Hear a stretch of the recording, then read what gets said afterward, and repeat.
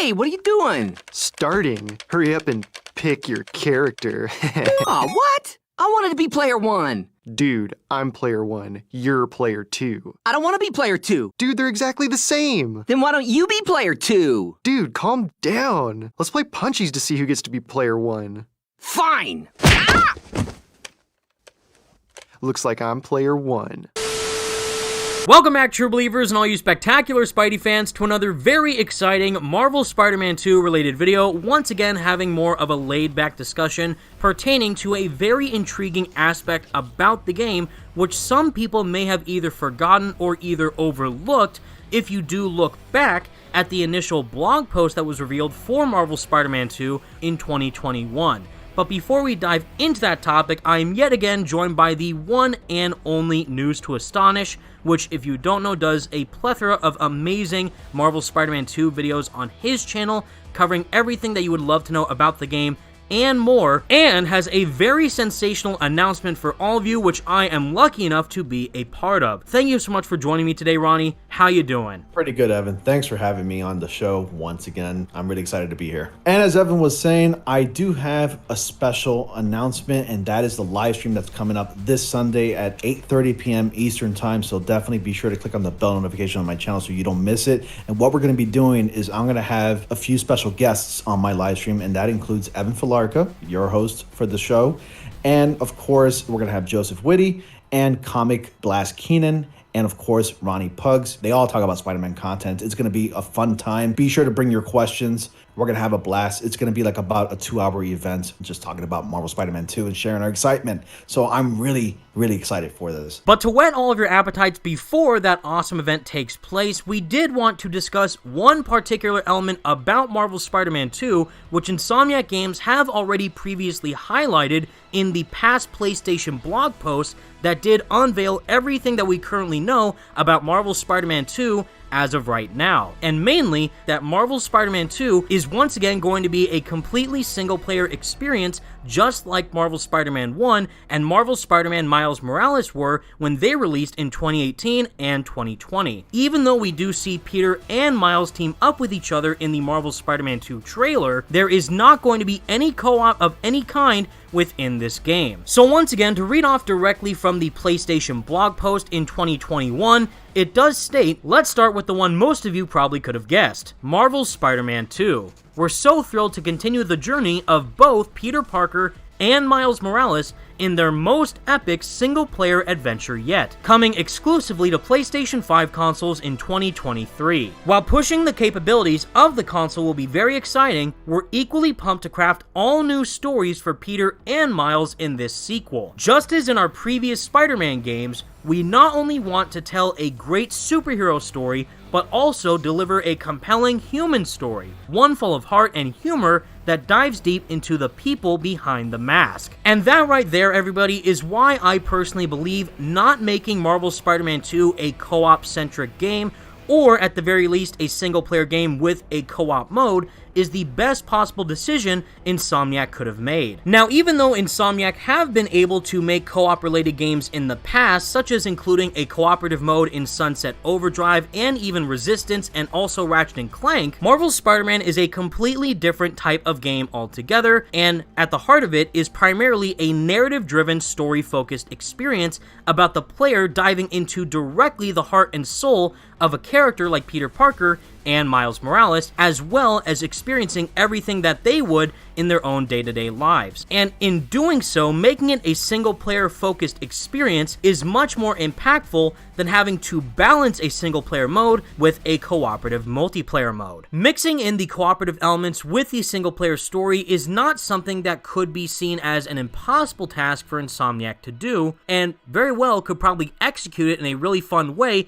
if they decide to tackle that approach for this game. However, the main draw of Marvel Spider-Man 1 and Marvel Spider-Man Miles Morales was the narrative that the players experienced directly connecting to Peter Parker and Miles Morales' characters. And seeing that they are continuing with that approach for Marvel Spider-Man 2, in my opinion, is going to make for one of the best story-driven experiences that we could ever see for Spider-Man within the realm of gaming. So, I think introducing a co-op feature in Marvel Spider-Man 2 is not exactly the best idea, and I'll explain why. So if you actually look back into the original Marvel Spider-Man games, such as Marvel Spider-Man and Miles Morales, those stories already had a narrative, and they already had, like, Insomniac already had planned those games in a certain way to be played out in a certain way, and that is a single story. I think adding a co-op feature would actually detract the players from the human element, the compelling human story of these Spider-Man games, because it's really just a story about a kid just trying to do the right thing,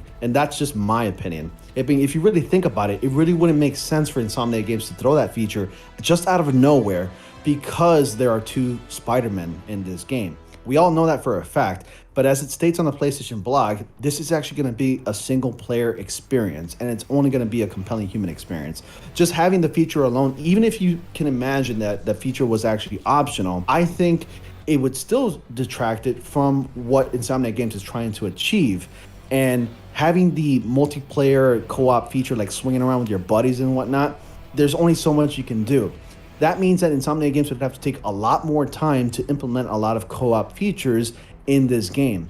And that's something I'm not looking forward to in a Spider-Man solo game. If you want to go ahead and play a co-op game, then go ahead and play one, such as Call of Duty or even the Avengers games. I mean, does anybody even play that game anymore?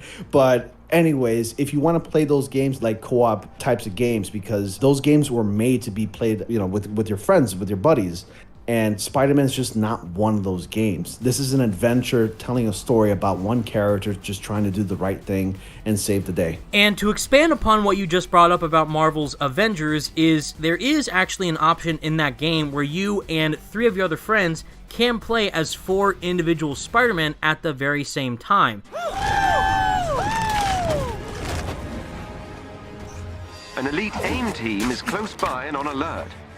Updating your HUD. However, as we saw with the massive issues that the game still currently has, mainly due to its live service elements, the multiplayer components of that game are not tailor-made well, mixing in with a narrative-driven campaign like what they tried to incorporate with the Reassemble story, which was primarily devoted to Kamala Khan reassembling the main Avengers team. They try to also splice in a lot of cooperative elements and live service formatted missions into the core narrative-driven single-player gameplay structure, which did not work in the slightest, which is one of the many flaws that Marvel's Avengers has. What we see now with Marvel Spider-Man 2 being a single-player game, even with 2 playable Spideys with Peter and Miles, instead of going the route of Marvel's Avengers, making it a multiplayer co-op experience, it definitely seems like they are going the route of Batman Arkham Knight and seamlessly switch out between them whenever you decide to do so, offering a lot more player variety and combat opportunities for the player in charge of Spider-Man at large. This could also obviously be applied during free roaming, where you could either choose to switch between Peter or Miles and swing throughout Manhattan,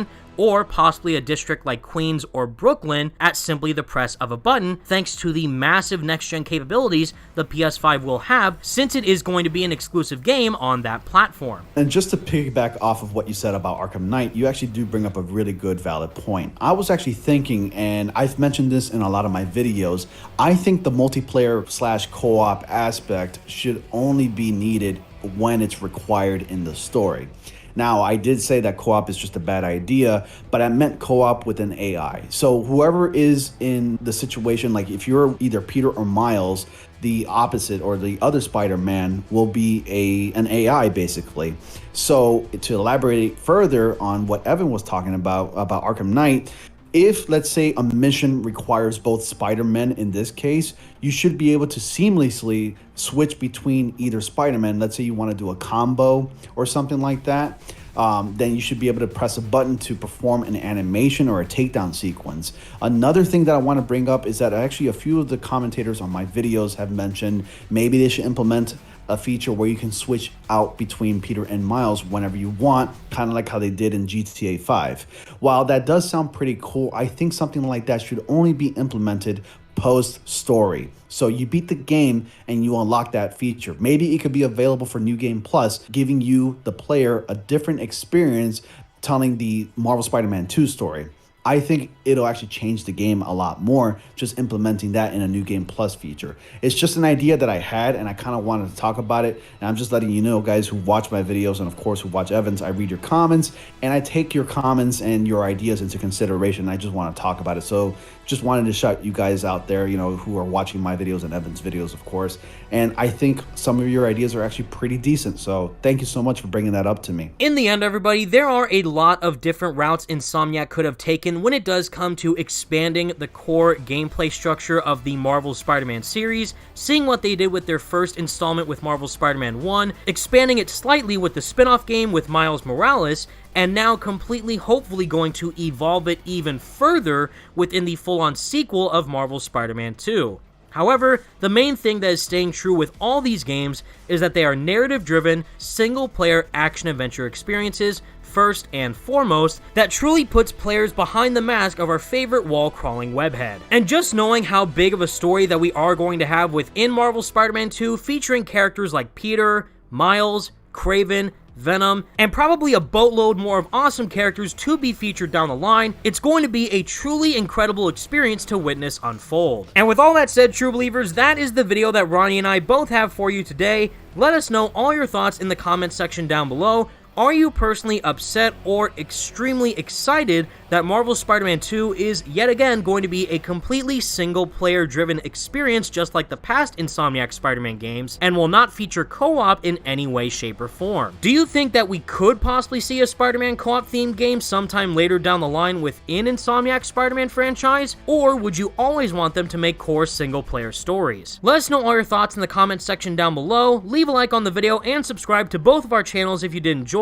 And thank you once again to the one and only News to Astonish for joining me with this awesome video. Thank you so much for joining me, Ronnie. I had a wonderful time. Thank you so much, Evan, once again for having me on here. It's always great to work with you out here and just talk about Spider-Man. And thank you to you guys, the viewers, for watching Evan's videos and, of course, my videos as well. As always, like Evan said before, be sure to like, comment, subscribe, and click on the bell notifications so y'all don't miss anything. And I'll see you all in the next comic panel. And don't forget to stay tuned for the spectacular Marvel Spider-Man 2 live stream, which is going to take place on April 24th at 5:30 Pacific and 8:30 Eastern, featuring me, News to Astonish, Ronnie Pugs, Joseph Whitty, and Comic Blast Keenan discussing everything pertaining to this awesome game. And until next time, true believers, thank you all so much for watching, stay spectacular, Spidey fans, and peace out.